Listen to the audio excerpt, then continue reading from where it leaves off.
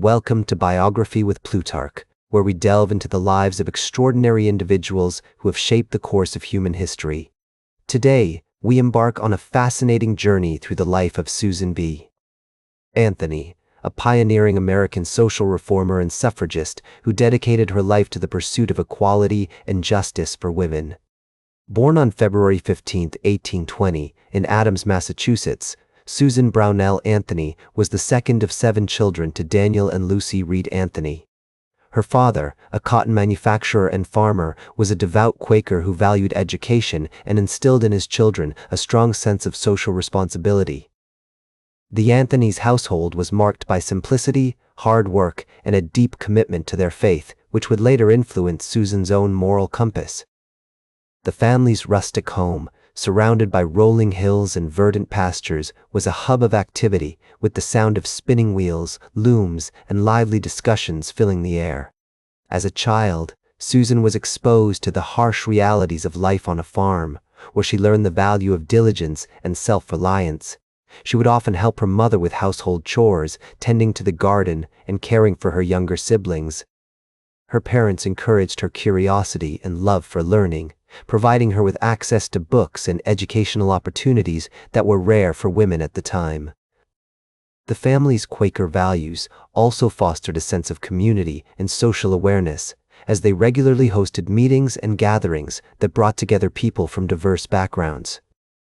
These gatherings, known as meetings for worship, were an integral part of Quaker life, where individuals would come together to share their thoughts, experiences, and concerns. Susan's early education took place at home, where she was taught by her mother and later by private tutors. She demonstrated a keen intellect and a passion for learning, which led her parents to enroll her in the Friends Boarding School in New York, a Quaker institution that offered a rigorous academic program. It was during these formative years that Susan began to develop her critical thinking skills, her love for literature, and her commitment to social justice. She was particularly drawn to the works of William Shakespeare, whose plays she would often read and recite with her siblings. Her love for learning was not limited to academics. She also developed a deep appreciation for music, playing the piano and singing in the family choir. The historical context of Susan's early years was marked by significant social and economic changes in the United States. The Industrial Revolution was transforming the country, creating new opportunities for growth and innovation, but also exacerbating social inequalities and injustices. The abolitionist movement was gaining momentum, and the women's rights movement was beginning to take shape, with pioneers like Elizabeth Cady Stanton and Lucretia Mott leading the charge. The Anthonys, as Quakers, were deeply committed to the abolition of slavery, and their home often served as a stop on the Underground Railroad, providing refuge for escaped slaves fleeing to freedom in the North. As Susan navigated her adolescence, she was deeply influenced by the social and moral currents of her time. Her family's Quaker values, combined with her own experiences and observations, instilled in her a strong sense of empathy and compassion for those who were marginalized or oppressed. She began to question the societal norms that restricted women's opportunities and perpetuated inequality, laying the groundwork for her future advocacy. She was particularly troubled by the limited access to education and economic opportunities for women, as well as the lack of representation in government and public life. One incident that had a profound impact on Susan's young mind was the visit of Frederick Douglass, a former slave-turned-abolitionist orator, to their home. His powerful testimony about the horrors of slavery and the struggles of African Americans left an indelible mark on her conscience.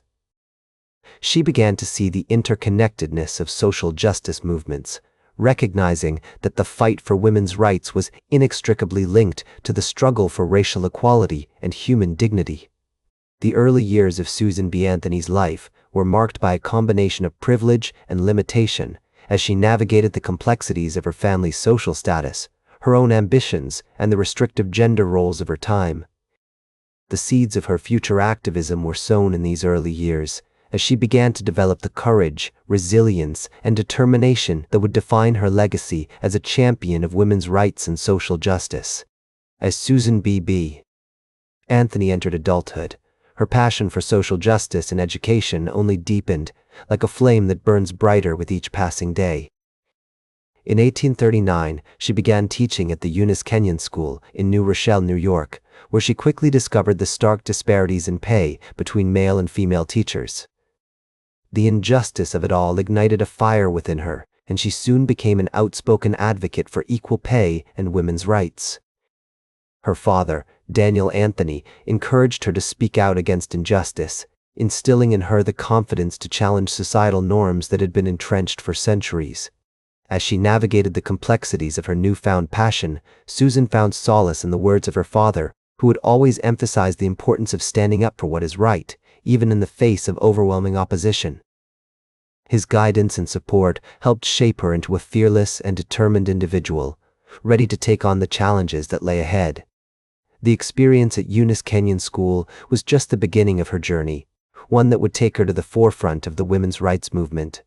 In 1846, Susan attended the Genesee Convention, a pivotal event that marked a turning point in her life. It was there that she met prominent abolitionists and women's rights activists, including Frederick Douglass and Elizabeth Cady Stanton, who would become lifelong friends and allies. The convention was a melting pot of ideas, with passionate discussions and debates that sparked a sense of purpose within Susan. She began to forge alliances with like-minded individuals who shared her vision for a more just society, where women were treated as equals and had the right to participate in the democratic process. Over the next several years, Susan traveled extensively throughout the Northeast, delivering lectures on temperance, abolition, and women's rights. Her eloquence and conviction earned her recognition as a powerful orator, and she soon became a sought-after speaker on the lecture circuit. She stood tall, with a commanding presence that commanded attention, and her words were laced with a sense of urgency and passion.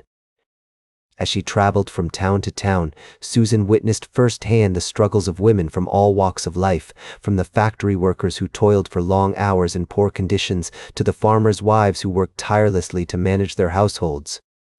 One notable event that showcased Susan's courage and determination was her appearance at the 1851 Women's Rights Convention in Akron, Ohio. As she stepped onto the stage, she was met with hostility and heckling from some members of the audience, who saw her as a threat to the established order. Undaunted, she stood tall, her voice ringing out across the hall as she declared, "The day will come when men will recognize woman as his peer, not only at the fireside, but in the council of the nation." Her words were met with applause from the sympathetic crowd, and her reputation as a fearless champion of women's rights was solidified. The experience only strengthened her resolve, and she continued to push forward, undeterred by the obstacles that lay ahead. Throughout the 1850s and 1860s, Susan continued to work tirelessly for the causes she believed in. She participated in the Underground Railroad, helping escaped slaves find freedom in the North, and she also played a key role in the formation of the American Equal Rights Association. In 1868, she began publishing The Revolution, a weekly newspaper dedicated to women's rights and social justice. The paper's motto, "Men, their rights and nothing more, women, their rights and nothing less," became a rallying cry for the movement, a beacon of hope for those who had been marginalized and oppressed for far too long.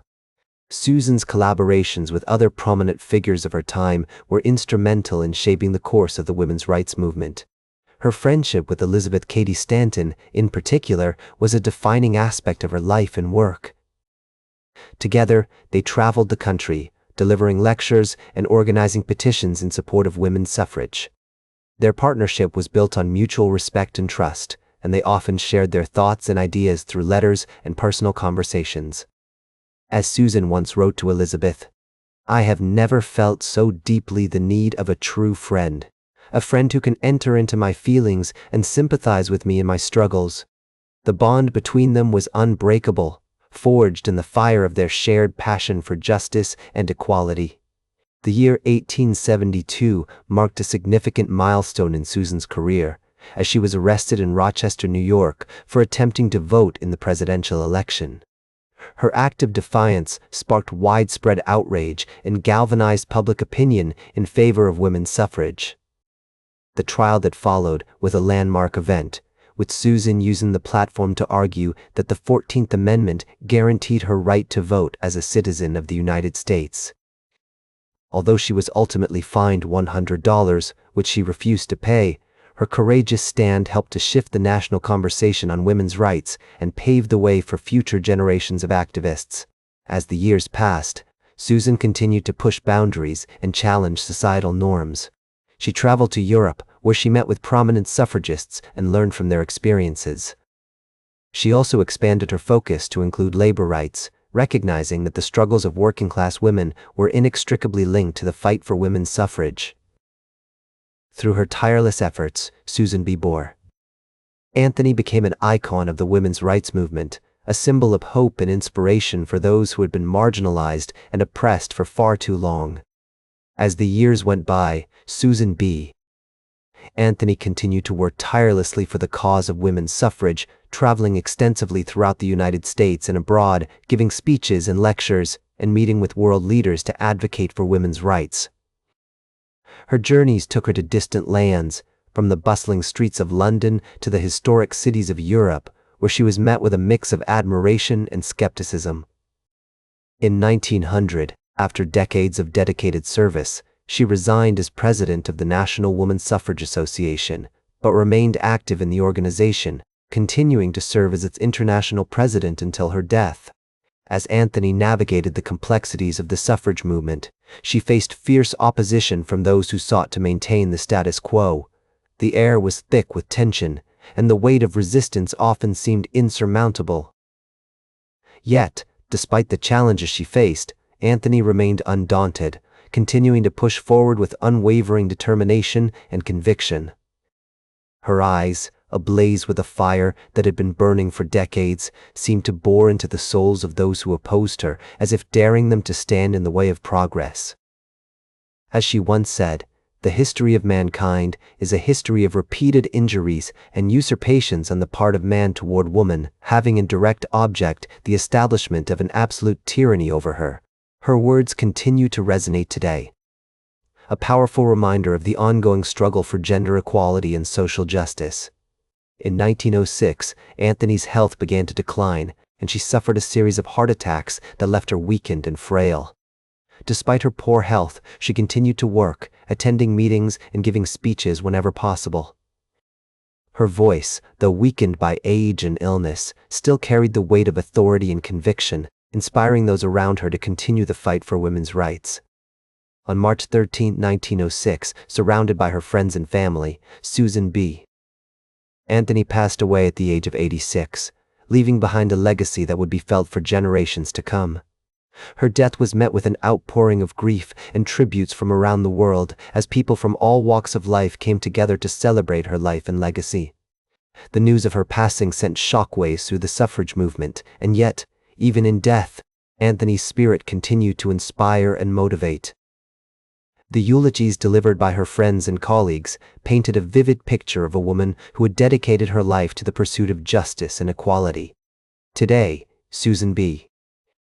Anthony is remembered as a pioneer and a trailblazer, a woman who dared to challenge the status quo and push the boundaries of what was thought possible.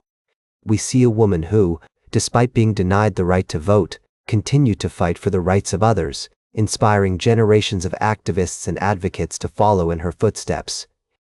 Her story serves as a powerful reminder of the importance of standing up for what we believe in, even when it is difficult or unpopular, and of the profound difference that one person can make in the world. From her early days as a teacher and abolitionist to her later years as a suffrage leader and international advocate, Anthony remained committed to the cause of justice and equality, never wavering in her dedication to the principles that guided her life.